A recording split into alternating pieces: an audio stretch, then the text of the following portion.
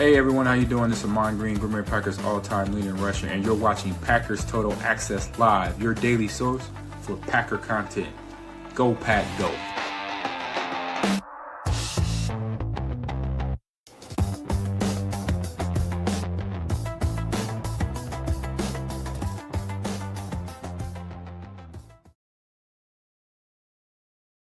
What's up, guys? Welcome into Packers Total Access. My name is Clayton. You can check us out on packernet.com. Find me on Twitter at Packers_access. A little change of pace this morning. You guys know we've been covering the Packers-Bears matchup that's coming up this Sunday pretty extensively. We've covered it from all angles. We may dive into it again a little later today.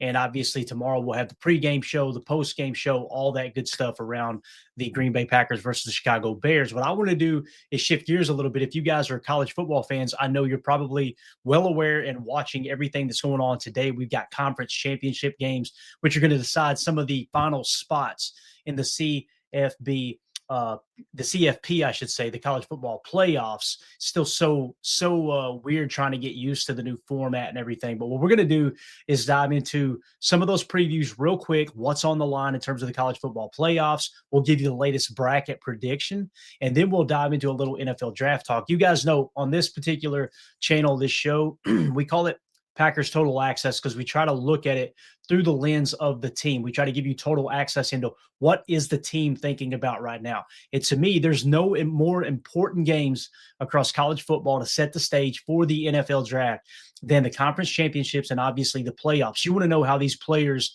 react, how they respond, how they perform under immense pressure, which they're going to be faced with every single Sunday in the National Football League. So that's why I really like to dive into, okay, let's look at some of the top prospects going into this year's draft and the ones specifically that are going to be playing in these conference championships as well as the playoffs. Okay, so that's what we got on tap. We're going to do a little college football playoff preview for you, and then we're going to jump into some NFL draft prospects and kind of set the stage for the upcoming draft season. I understand there's a significant amount of people that watch the show that could care less about the draft right now because the NFL season's still going on. But again, I want to keep my word in that we're always going to be looking at it through the lens of the team.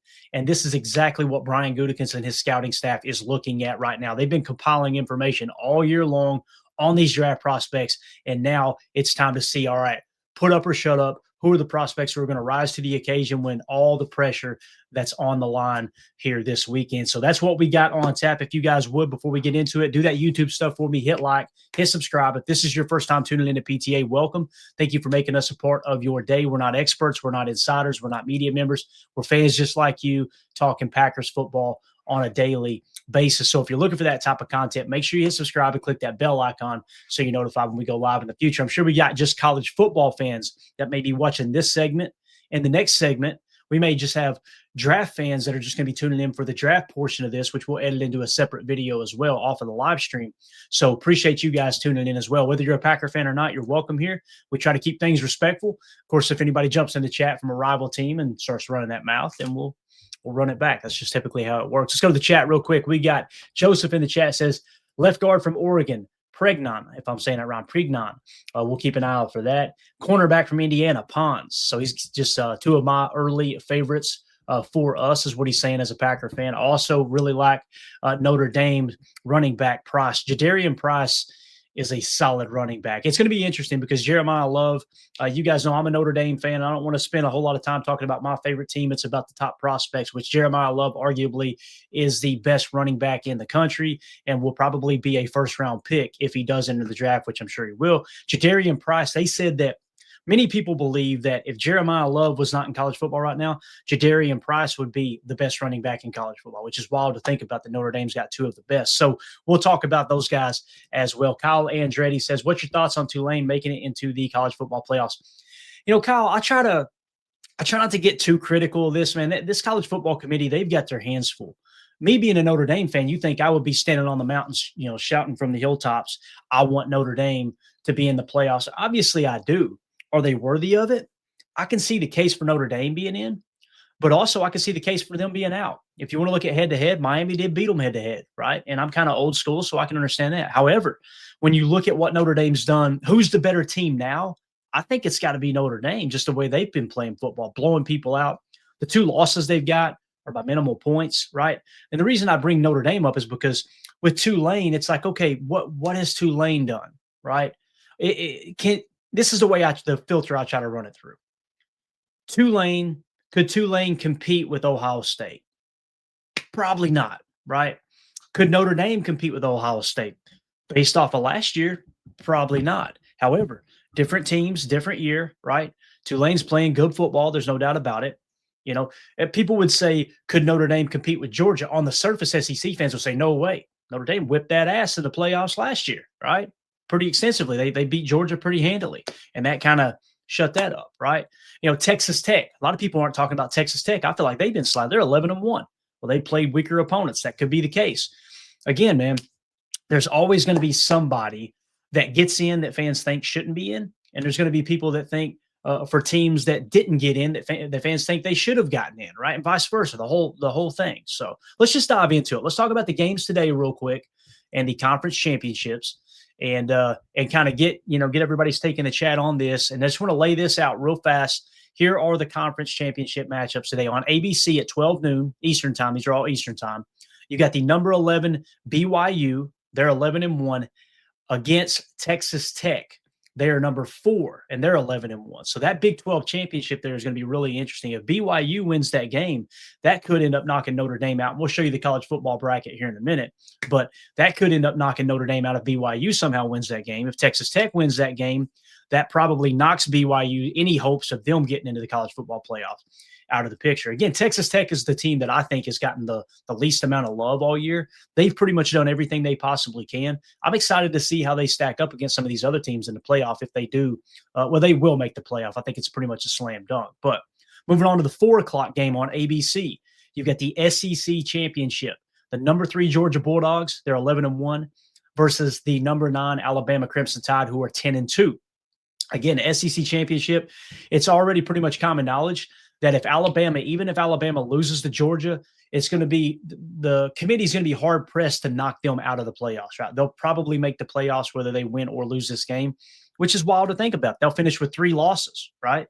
And I think I want to say Notre Dame has 2 losses. I'm not 100% sure right offhand here. Of course, we're just talking conference championships here.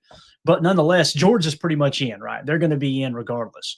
Will Alabama fall out of it? I just don't see them. I don't see the committee saying that the second best team in the SEC isn't going to make the playoffs. So I think they'll be in, right? Moving on to the 8 o'clock window, Fox. You've got the number 2 Indiana Hoosiers against the number 1 Ohio State Buckeyes. All right. Both of these teams are undefeated. It's wild that this game isn't getting talked about more down here in the South, in my opinion. The SEC championships where College Game Day was. It is a huge matchup. Georgia, Bama, I got you.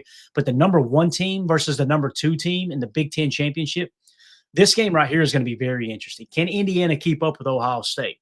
Does Ohio State just go out there and boat race Indiana? It's going to be really, really interesting to see who comes out on top there for sure. And then, of course, some of the games that many people don't care about, obviously the ACC championship here in the 8 o'clock window on ABC, 7-5 Duke against 10-2 Virginia. Virginia is 17th, and Duke is unranked. Anybody in the ACC that's screaming that they should, that the Notre Dame should have to join a conference and this and that, it blows my mind. It's like ACC fans have no reason to, no talking point at all. I mean, you've got a 7-5 team playing for the conference championship, right? And again, if Virginia wins that game, there's no chance they're getting in the playoffs. I think we would all agree. So there's really no, it's just kind of like, yeah, sure, it's a conference, but does it really matter? The ACC is so down with Clemson's demise for sure. And then, of course, yesterday you had 24 North Texas versus number 22 Tulane. Tulane won pretty handily there, 34-21. Back to Kyle Andretti and what he said about Tulane there earlier. Again, they're 11-2. They're 7-0 at home. They finished the season. They did pretty much everything they could do for the most part. I mean, you could have went undefeated and punched your ticket into the playoffs, obviously. But, again, Tulane definitely going to be on the outside looking in. And that's the thing, too, not on the outside looking in, because you've got these conferences, right, and how that comes into play and all that good stuff. So we'll take a look at the bracket here in a second. Troy at James Madison. Some people were saying, man, James Madison should be in, right? That they kind of punched their ticket. They should be in there. So, again, it just depends on how you look at it, right? And again, you're going to have some of these conference championships that's going to decide some stuff as well, like your conference champ number 5, conference champ number 4. And it kind of talks a little bit in this other article on, what really comes into play in terms of which conference champions should be in and all that good stuff. So again, some of the smaller conferences, that's where we're running into problems is they're getting a pass, even though they're in a smaller conference. It's like, I don't know, man. I can't get on board with just because they won their conference, they should be in the playoffs. To me, it should be the 12 best teams in the country, right? So that's just kind of a quick look at what's happened in the conference championships and what's on tap today. Anyway, boy, that went full screen. That was real awkward, right? Let's jump into now this playoff bracket, at least the most recent one that we have here through ESPN in the college playoff bracket. Bang! Here's what we're looking at right now. Let's see what Kyle says here. Kyle says, yeah, Indiana, Ohio State will be very interesting. It should be a good game, man. I ain't gonna lie, man. I think everybody's kind of pulling, other than Ohio State fans, I think everybody's kind of pulling for Indiana, right? You want to see them pull that upset. That would be absolutely awesome. So when we look at the bracket here, okay, this is a 12-team CFP bracket based on current rankings. This was as of December 2nd was the best I could get. So obviously you get your conference champs in here. That's going to play a role in that. There's got to be an updated version of this, right? Let's go updated college football playoff ranking here. And again, we're just kind of hanging out here, nothing too strict. I'm trying to see if anybody has given kind of their prediction here. Here we go. This is what we got. This is what we need right here, gents. Let's throw this up. Evidently, there is an updated version, I believe. So this one is as of actually, no, that was a little earlier. So, yeah, we're kind of screwed on this. I was trying to see if anybody had any kind of graphic that showed like an updated look, the most recent. It looks like the most recent from ESPN site was the one we just showed you. But sometimes, here we go, 2 hours ago. This is from the NCAA's website, looks like. So let's see if we can get it. All right, let's see here. Give me just 1 second. Let's break this down real quick. I think this, of course, this is loaded with ads. This looks like probably the most updated version. So let's get this out of here and let's pop this up on the screen here, see what we think. I want to get everybody's take in the chat as well. How do you guys feel about how this bracket looks? See if we can get zoomed in enough to actually get just in here on the bracket. All right, here we go. And again, it's just absolute madness. It says December 2nd is what the date that it's got on it here. It's not even showing yet, so it still doesn't show the other teams as well. Some people were saying like Tulane and all this good stuff. So, yeah, Indiana and Ohio State, like you said, will be a great one. Kyle Andretti says, might sound dumb for asking, but this is the AAC, or is the AAC a good conference or not a good conference? If you're talking about ACC, I'm assuming, right?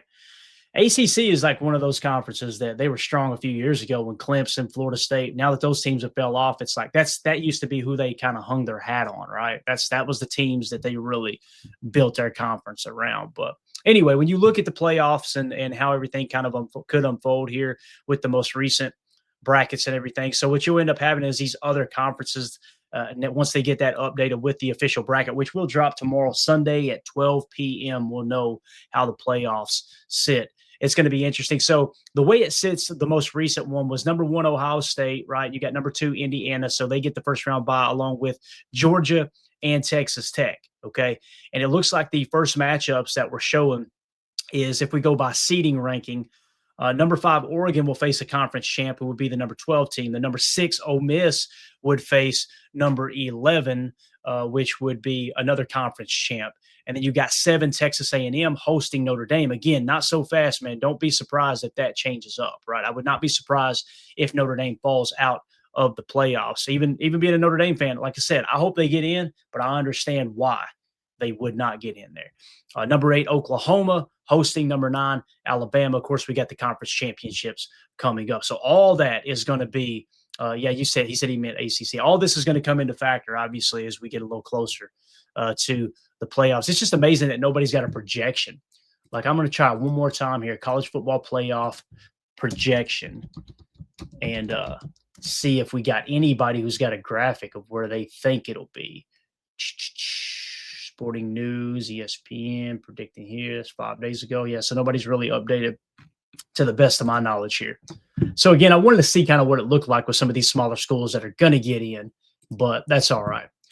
See Professor Cakes in the chat. It's great, or I'm sorry, it's crazy how IU is so good now. I was at the Hoosiers versus Buckeyes game in Bloomington years ago when the Buckeyes had Stroud, Garrett Wilson, Chris Olave, and JSN, and now look, IU is a top 3 team. We talk about it a lot on this channel, the most important aspects of an NFL team. And the same thing I think applies in college. 2 things, man, are the most important parts of your organization, college or pro. That is head coach and quarterback. What does IU have? Cignetti, head coach. Again, they went out and they got what they thought was the best candidate, and I think they knocked it out of the park. In Cignetti, that changed everything with IU. And you got Fernando Mendoza. You guys remember when we were breaking down some of the early offseason stuff, right? When we were breaking down some of the early offseason talk and okay, here are the projected top prospects. You guys remember the quarterbacks that were mentioned? I mean, you had people like Lenoris Sellers, right? Garrett Nussmeier, Drew Allar. I'm trying to think, Cade Klubnik, right? Or Klubnik, however you pronounce his name. Those are some of the guys, kind of like Carson Beck last year was like the top prospect. And then he sank like a rock. And then he transfers to Miami. Now he's sitting around the 150 mark. We'll get into that here in a second. But yeah, what now with the updated rankings, Fernando Mendoza is projected to be the top quarterback taken. You got a guy, Dante Moore with Oregon that wasn't even mentioned before. Now all of a sudden he's, second behind Fernando Mendoza. So again, the reason I mention that, Professor Cakes, is because all it takes is a head coach and a quarterback. That you get those 2 pieces in place, you're good to go.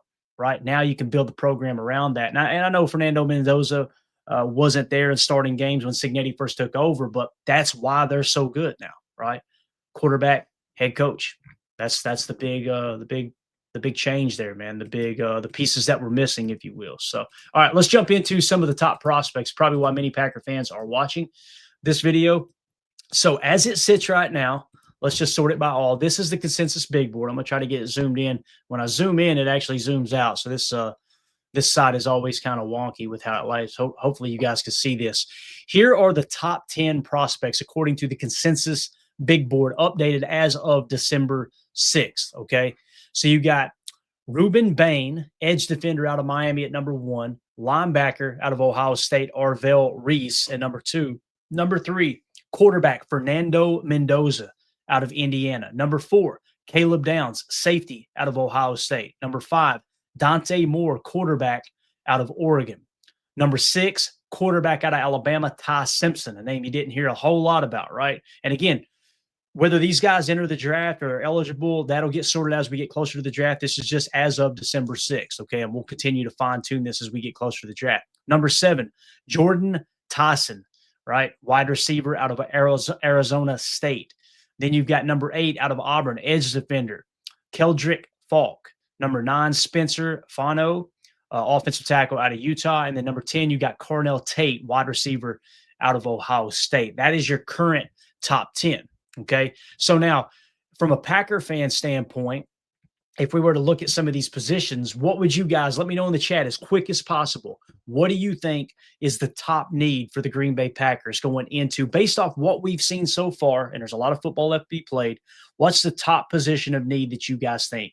Because to me, I think it still lies in the trenches. I still think you need to try to find that 3 tech of the future. It doesn't mean you draft a 3 tech and you reach, you take the best player available. But I think that's where the search starts. For me, it's defensive tackle, specifically 3 tech, and also offensive line. Offensive line's been our weak point, right? That's exactly what Snake even says, or I hope I'm saying it right. Snake Venom, got it. All right. O-line is what they're saying, right? Professor Cakes, O-line or D-line, completely agree, right? Cody McDougal in the chat says, can we find an extra tight end like Kraft in the draft, please? Boy, I'd love to have a half a dozen of Krafts and line them up at different positions, right? That's so well said there, though, Cody, because Kraft is just, oh, man, an absolute dog. Kyle Andretti says D-line, probably O-line. So I think it's pretty consensus across the board. We're thinking O-line and D-line. Let's start with tackle. The Packers love drafting tackles, right?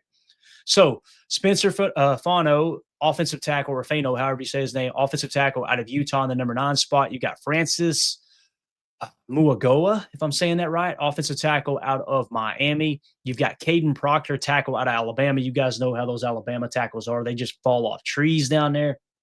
Number 25, you got Caleb Lomu, offensive tackle out of Utah. So you got both of Utah's tackles. Check that out, guys. You got Spencer Fano and then Lomu.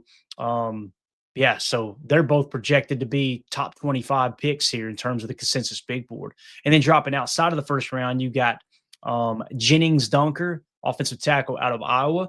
Then you got Isaiah World, tackle out of Oregon in the number 40 spot, along with Colt Dietrich, tackle out of Sam Houston State in the 41 spot. So in the top 40 prospects, you like to think you'd have your swing, your pick of at least a couple of those if you want to go offensive tackle. That's how they sit right now. So you essentially have, what do we got here? 1, 2, 3, 4, 5, 6, 7 tackles that are currently sitting in the top 50 prospects in terms of the consensus big board. Let's go to interior offensive line in case you're willing to pull the trigger there, right?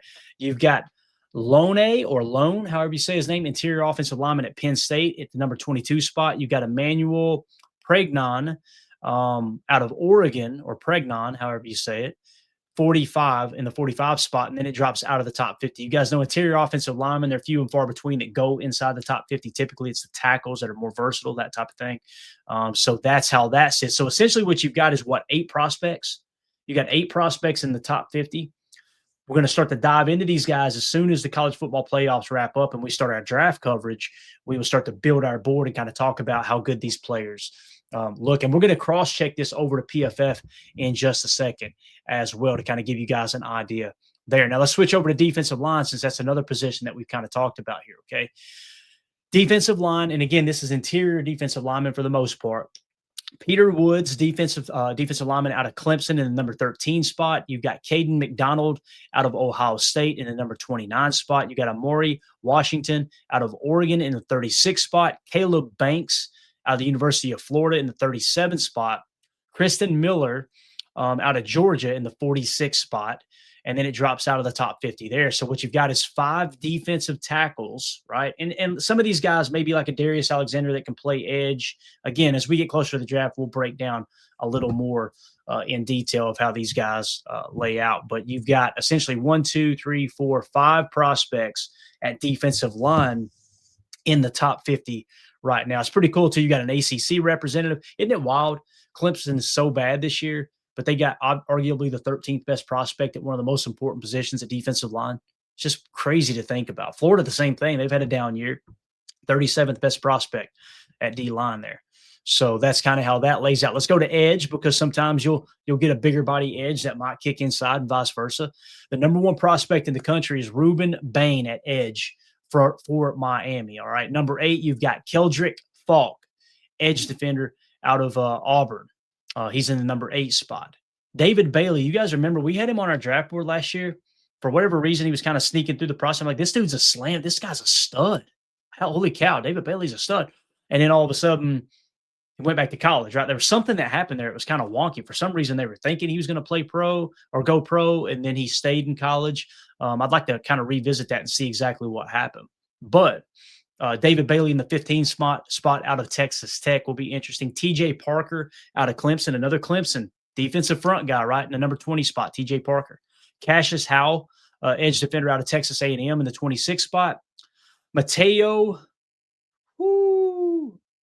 Uiagalelei, maybe, edge out of Oregon in the 31 spot. LT Overton out of Alabama in the 39 spot. You got Quincy Rhodes Jr. out of Arkansas in the 42 spot. Mason Thomas out of Oklahoma in the 49 spot, and then Joshua Josephs out of the University of Tennessee in the 50 spot. So you notice at edge, guys, we got 1, 2, 3, 4, 5, 6, 7, 8, 9, 10 defenders, 10 edge defenders in the top 50.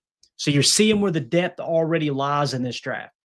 Last year, you guys remember it was really deep at defensive tackle. We talked about edge was deep too, but defensive tackle was really, really deep last year. This year, defensive tackle not as deep. We're showing 5 guys projected as top 50 prospects according to the consensus big board. So that's something to kind of keep an eye on. Edge seems deep. Defensive tackle is about 5 deep in the top 50. And then offensive tackle, like we said, was what, 1, 2, 3, 4, 5, 6, 7 deep in the top 50, if that makes sense. So let's see here. Professor Cakes, is a corner a sneaky priority need too? You know how I feel about corner, Professor Cakes? I don't think it's as important as most fans do. And you're kind of seeing it this year. Like you looked at our cornerback room going into the season, and many fans thought it was a weakness. And here we got one of the best pass defenses in the entire National Football League, right? So it's like, that's what I mean by it's not as important as people may lead you to believe. And the reason I say that's because it's more important to have a strong front. And again, post safety, Mike Backer, someone who's going to play in the middle of the defense along with the post safety. We got 2 at safety, which is wild to think about, right? When your middle field closed, I want my best defender at safety, Mike, and 3 tech is where I want them. And the reason 3 tech over nose is because with the nose, probably going to get double teamed a lot of time if you're in your nickel 4-2-5 the majority of the time, playing 1 tech in between the guard and the center. That's going to occupy a double team. You want to free up 3 tech and have a dominant pass rusher opposite him wide 9. And that's why I kind of look at it that way. So again, in order of importance, in terms of priority, tiers of importance, right? 3 tech, edge, top of the list, hands down. You've got to make sure you got dominant players there for your defense. Then Mike, inside linebacker, right? And then post safety. Post safety, we got Xavier McKinney, Evan Williams. Check the box. Mike Backer, it's a combination in how Jeff Hafley runs his defense. You have Edgerrin Cooper, who plays in the middle of this defense, Isaiah McDuffie, who stepped up huge, who's under contract next year, and Quay Walker, who, again, has been banged up. Some people love him. Some people think he's overrated. Nonetheless, I feel good about where we're at stack backer, right? Edge defender, got arguably the best edge defender in the game other than Myles Garrett and Micah Parsons, right? So you got him on the outside. And then, of course, we got Devontae Wyatt coming back next year at 3 tech. Is he the 3 tech? Is that the guy? Have we seen enough? And it's such an important position. Here's how I ask that question. If you think Devontae Wyatt's a good player, that's awesome. We're looking for someone who is a dominant 3 tech. The teams that have dominant 3 techs play. I mean, it's so hard to stop their defense, right? If you're not willing to pay Devontae Wyatt top 5 defensive tackle money, then I cannot consider him a top defensive tackle. I want to ask the chat real quick, and we need to answer really, really, really fast. Would you be willing to pay Devontae Wyatt top 5 defensive tackle money? I'm talking pay him like he's a J.J. Watt of the league. Pay him like he's I'm trying to think of some of the great defensive tackles. I hate to do this, but I mean, this is the reality of whether or not you should continue to swing at defensive tackle. Do you consider him on the level of, I'm trying to think of the dominant defensive tackles in their time, Warren Sapp, right? I'm going to say Reggie, although that's really, really, really unrealistic, right? A Reggie White. If we go just across the league right now, Quinnen Williams, I think we would all agree Devontae Wyatt's not in his ballpark, right? Chris Jones, there you go, Adam. Chris Jones, right? I just don't see Devontae Wyatt at that level, right? So, as Kyle asked here, does Green Bay have to pay Wyatt this year or next year? He's under contract next year with the 5th-year option that's fully guaranteed somewhere around $12 million. But you got to make a decision on whether he's the 3 tech of the future because, again, we're modeling the roster. You're projecting the roster out for the next 3 to 5 years, this window that we keep talking about. So if you're not willing to give him top defensive tackle money, and when I mean top defensive tackle money, you're willing to pay him $25 to $30 million per year, right? I'm not willing to do that. I just haven't seen enough there. Now, maybe he'll take 17 or 18 million a year. Okay. That's a different story, right? So, and he is a little bit older as the chat's talking about here, right? I think it was, I'm trying to think of who said it there. Yeah, here we go. Adam Block, Wyatt was older when drafted. Exactly. I want to say he's like 27. He'll be 28 next year. So the whole point of that is, well, guess what? You're going to need a 3 tech of the future.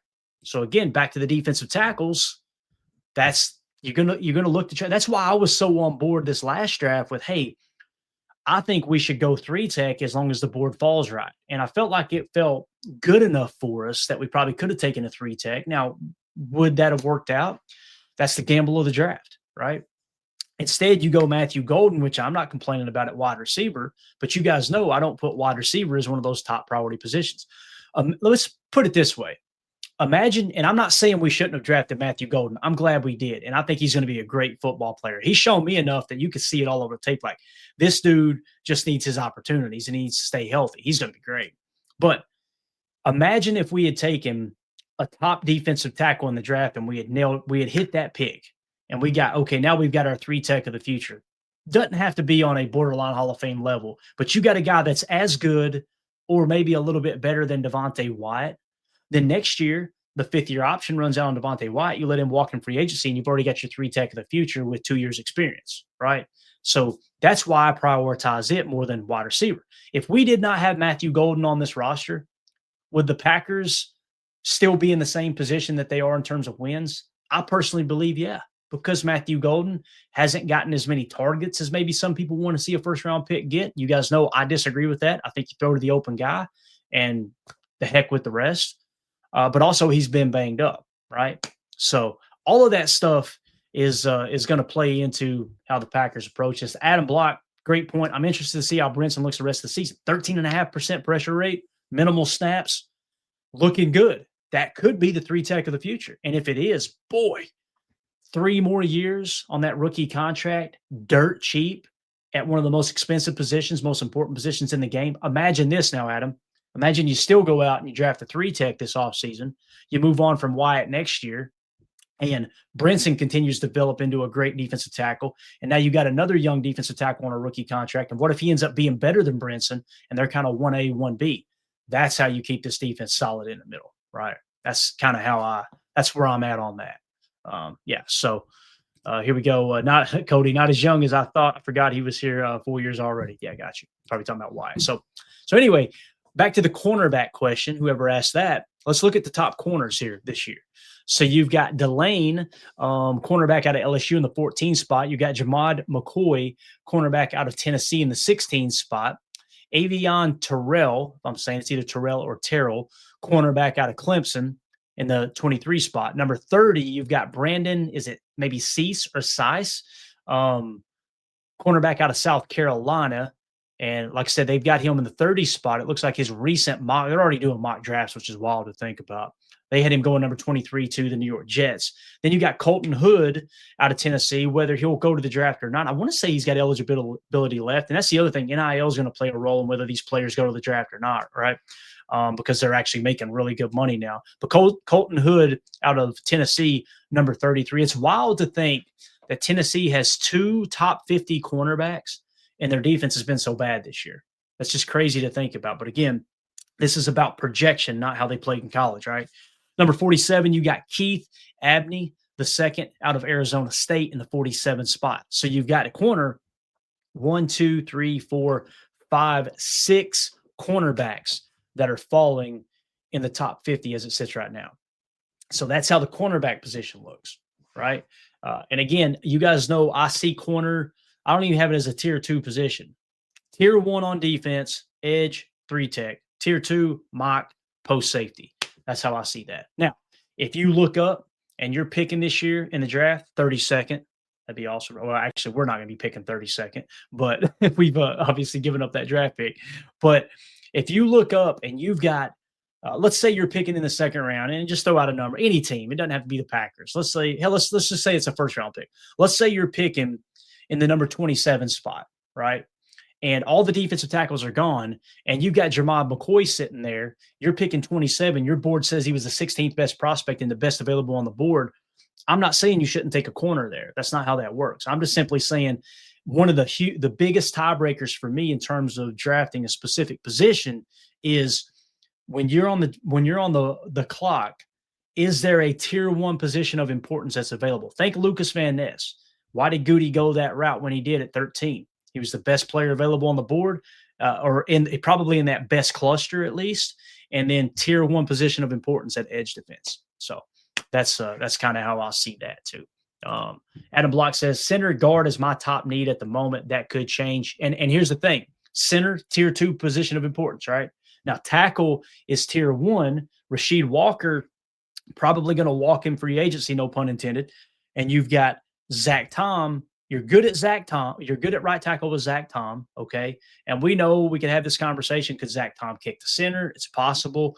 Is Jordan Morgan going to be our left tackle of the future? I kind of feel like that's their plan. Although if you pop up on the clock and let's say you're in the second round or you climb up in the first or whatever, let's say you're in the second round and somehow Proctor falls all the way to the second round and you actually have him as the 18th best prospect, pull the trigger on that tackle. And if he starts at left tackle from day one, great. But you let them have a camp battle between Jordan Morgan and him for left tackle. And who knows, maybe Jordan Morgan, with his experience and obviously played left tackle his entire career other than in the NFL, if he wins that job outright, maybe Proctor makes a better guard, right? That could be the case. But I'm with you. Center should be the top need, to be honest with you. As I'm sitting here right now, it's tier 2 of importance. You got to go out and find your center. And that's the big question. They don't differentiate here who's a center and who isn't. You guys may have that information right offhand. But with that said, let's say that Lone or however you say his name, Loane or Lone from Penn State, let's say he's a center and he's the best center and he's available. When you're on the clock in the second round, sometime he falls to the second round and you got him as a 22nd best prospect, that would line up beautifully with what the Packers want to do, right? That could be the case there for sure. So Adam Block says, yep, always a big chance of tackle to go to guard in this league, especially with this team. And this team loves doing that, right, Adam? That's one of their kind of staples.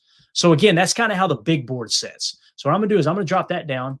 And we already went way longer than I thought we would, but we're going to keep going here for just a second. I'm going to show you guys the PFF big board. And again, this is all subject to change, okay?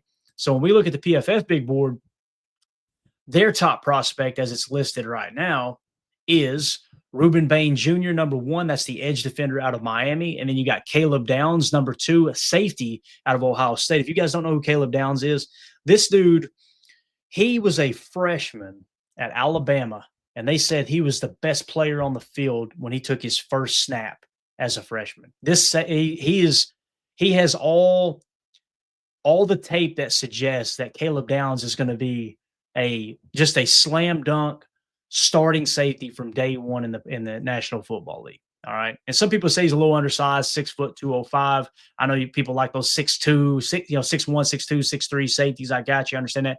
Caleb Downs is a dominant player. That's probably going to be your top safety taken off the board. Number 3, stack backer Arvell Reese, linebacker out of Ohio State. Number 4, Peter Woods, defensive tackle. I'm assuming defensive tackle. Because they're differentiating between edge.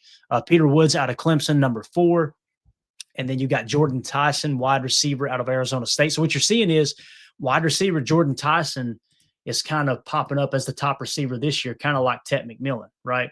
Yeah, Consensus Big Board has him number 7, Cornell Tate number 10. They've got Jordan Tyson here on PFF's Big Board sitting in the number 5 spot overall. Number 6, there's Jeremiah Love, running back out of Notre Dame. Guys, he is really unbelievable. I'm not just saying that because I'm an Irish fan. Look at the grades the last 2 years. 91.1, 92.9. He's unbelievable to watch. If he can stay healthy, my goodness, man. They have Ty Simpson as the top quarterback in the number 7 spot, all right?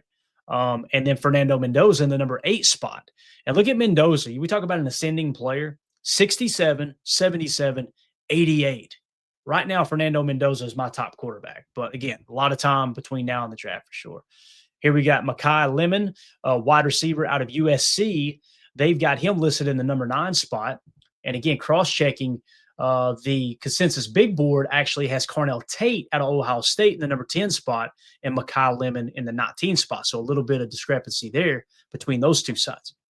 There's Jamad McCoy, cornerback out of Tennessee in the 10 spot. So there's your top 10. Now back to the needs that we just discussed. Let's see if we can get this thing sorted. Hopefully they've got it tightened up where we can. All right, so we can actually look at centers here. Let's see who are listed as centers. Actual center listing, the top one is in the 65 spot with Connor Lew out of Auburn. Then Jake Slaughter at 67. And then Logan Jones at 198. So you don't even have a center in the top 50 this year, according to PFF's projections, right? Now, if we included interior offensive linemen altogether with guards, there's where you're getting into Loane, or however you say his name, out of Penn State. He's in the 26th spot. Emmanuel Pregnon in the 57 spot. So you've only got one in the top 50 there. in terms of interior offensive lineman. He's 6'4", 328. So when you come down here and you see that first center, the PFF grades aren't even that great, right? Last 3 years, 66, 75, 66. Jake Slaughter has the best PFF grade, 77, 82, 78. As you climb down, is there any of them that kind of catch your attention? Here's an ascending player, DJ Campbell out of Texas, 63, 68, 72. So he seems to be getting better every year according to PFF. Same thing here with Kobe Baines with a 63, 68, 72 out of Kansas. So look at Logan Jones here. Now, there may be injuries involved here too. You guys do your own research there. We'll dive into that as we build our board out, getting closer to the draft. 65, 83, 84. So he's a player that's ascending and playing damn near elite here this year. He was the top graded center in college football, Logan Jones was. So that's one to kind of earmark there, right? And again, whether this is his final year in college or not, we can look into that later. But again, it kind of feels like, as Adam says, you can look for value rounds 3 through 5, right? Yeah, that's what it feels like, right? You don't want to get caught reaching, trying to find, just, okay, we're going to take the best center on the board, and that center is going to be Connor Lew. Even though we got him 65th on our board, we're going to take him at whatever pick in the second round that's, not really worthy of that pick. Although I got to admit, the Packers were to go on a Super Bowl run here, let's say they're picking 64th, right? Obviously, last pick of the draft, you gave up your first round pick. So if you got your second round pick there, that would fall perfectly in line with Connor Lew in terms of value, if their board matched up to PFF's board, obviously. So again, that's just a quick look into what we got going on with the draft right now. It's very, very early in the process. The point I wanted to make is you got some of these games coming up, right? Actually, let me pop this back up one more time. We got some games coming up today. And if we were to put our needs out there, right? So let's take the guards off. Let's put center and let's put interior defenders, which would be a defensive tackle, which we feel like are our top needs. Which of these players can we watch throughout the playoffs? That's the whole point of this, right? And you know what? Let's include quarterback, because we know quarterbacks are going to get talked about a lot this offseason as well. So you got Ty Simpson, who will most likely, he's going to be playing the SEC championship this afternoon at 4:00 Eastern. So you'll get a good look at Ty Simpson and what he does on the grand stage of the SEC championship as they get ready to play in the playoffs as well. The Big Ten championship tonight, Fernando Mendoza going up against Ohio State. Guys, this is an opportunity for Fernando Mendoza with Indiana to say, hey, I am the top dog. I'm the top quarterback in this draft. If he goes out there and somehow, some way upsets Ohio State in the Big Ten championship, and then they go on a run in the playoffs here with Cignetti, look out. Fernando Mendoza's got a chance to slam dunk, be the number one quarterback in the draft, franchise quarterback. He checks all the boxes right now. If you guys have not heard an interview for Fernando Mendoza, and I'm not trying to put down Ty Simpson. I'm sure Ty Simpson's a great quarterback too.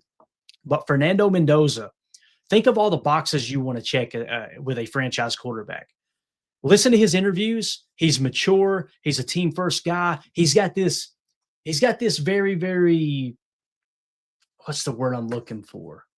It's a very, he just draws people to him. He's magnetic. He's just, I don't know. You can just tell that players would want to play for him. It doesn't come across as fake like some of the other guys, and I won't mention any names or put anybody down, but you could tell when people are faking, right? The players are faking, like they want to be that guy that draws people to them, right? Fernando Mendoza's got that it thing, that it factor, in my opinion. Now, if he goes out there and craps the bed on a national stage today and you go, okay, he didn't play well in a big game, that changes some things. But in terms of just how he interviews and his attitude and everything, I think I like Drake May. Drake May, his teammates love him, right? Jaden Daniels, his teammates love him. CJ Stroud, his teammates love him. Jordan Love, his teammates absolutely adore him, right? That's important. And then you get some of these other guys that we won't mention the names, but you know what I'm talking about. It just kind of feels like Jackson Dart's one, right? He draws people to him. Fernando Mendoza's got that. And I don't know enough about Ty Simpson to know if he's actually got that it factor. So that checks the box. All right, what about the size to be a starting quarterback in the National Football League? Fernando Mendoza's 6'5", 225. All right, Ty Simpson, 6'2", 208. Still decent size there, 6'2". It's not like you're 6 foot saying he's undersized, right? 6'5", 225. Fernando Mendoza checks the attitude box. He checks the size box. And then is he a ascending player? 67, 77, 88. checks that box. If he goes out here on the grand stage and lights it up today in the SEC championship and throughout the playoffs, there's your top quarterback in the draft, right? So someone else to think about here, if I were to look back real quick, I was trying to see, give me just a second. Let's see there. Coach's pose. All right, here we go. I want to just make sure. Yeah, so Oregon's going to be in. Obviously, they're the number 5 team. So you've got Dante Moore, right? Dante Moore's not playing in the conference championship, but we will be seeing him in the playoffs. Obviously, they are ranked currently. Where are they at? Yeah, they're currently number 5, slated to play the number 12 seed most likely. So Dante Moore is the guy you want to watch in the playoffs. Now, not been that consistent. 2023, he played 432 snaps, but a 57. Right? Last year, only 29 snaps. I don't know if he just didn't play or if he got hurt. But this year, boy, 91.2 PFF grade. What's the size look like? 6'3", 206. That checks the box. Not as much as Fernando Mendoza, but it checks the box, right? Caleb Banks is not in the playoffs, all right? Defensive tackle, here you go, Caden McDonald. Look for him in the Big Ten Championship. This is going to be great. As you guys are watching the Big Ten Championship today, look for defensive tackle Caden McDonald for Ohio State, 6'3", 326, ascending player, 63, 68, 88 this year, all right? So he's gotten better every year, trying to get after Fernando Mendoza of Indiana. So you're seeing 2 players that are going to be first-round picks that are going to be playing for the Big Ten Championship today. We're 46 minutes into this video, and this is what I wanted to get to today.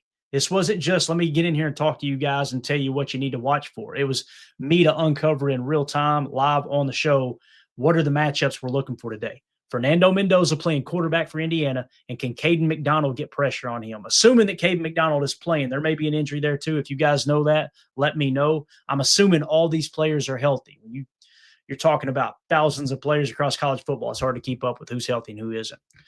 Georgia, they're going to be playing in the SEC championship, right? Kristen Miller, defensive tackle for Georgia. Look for him.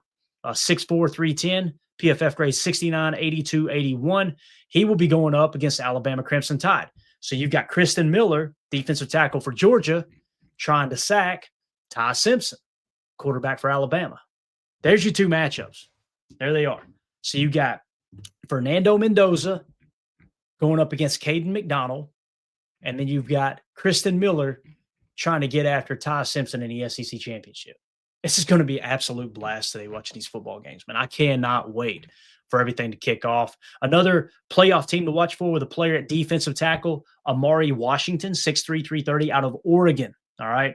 Ascending player, 57, 65, 77. He's gotten better every year. Look for him out of Oregon performing in the playoffs, so we get a little bit deeper in the playoffs. Garrett Nussmeier, they were cheeks this year. They're not in the playoffs. Lenore Sellers, same thing. Dante Corleone out of Cincy, no. Auburn, Connor Lew, no. Jake Slaughter, no. See if there's anybody else in here that's going to be in the playoffs. Or is Oklahoma? Oklahoma's in the playoffs. So another quarterback to watch for here is John Mateer. He's a junior, so he could apply for the draft if he wanted to. 75, 83, 63. He dropped this year. Had a bad year. He's only 6'1", 224. But again, watch for him in the playoffs. You got a chance to improve his stock. I don't think Arizona State's nowhere near. Yeah, they're nowhere near the playoffs, so we're good there. Anybody else? Texas Tech. We got our first Texas Tech player here. The number 4 Texas Tech Red Raiders.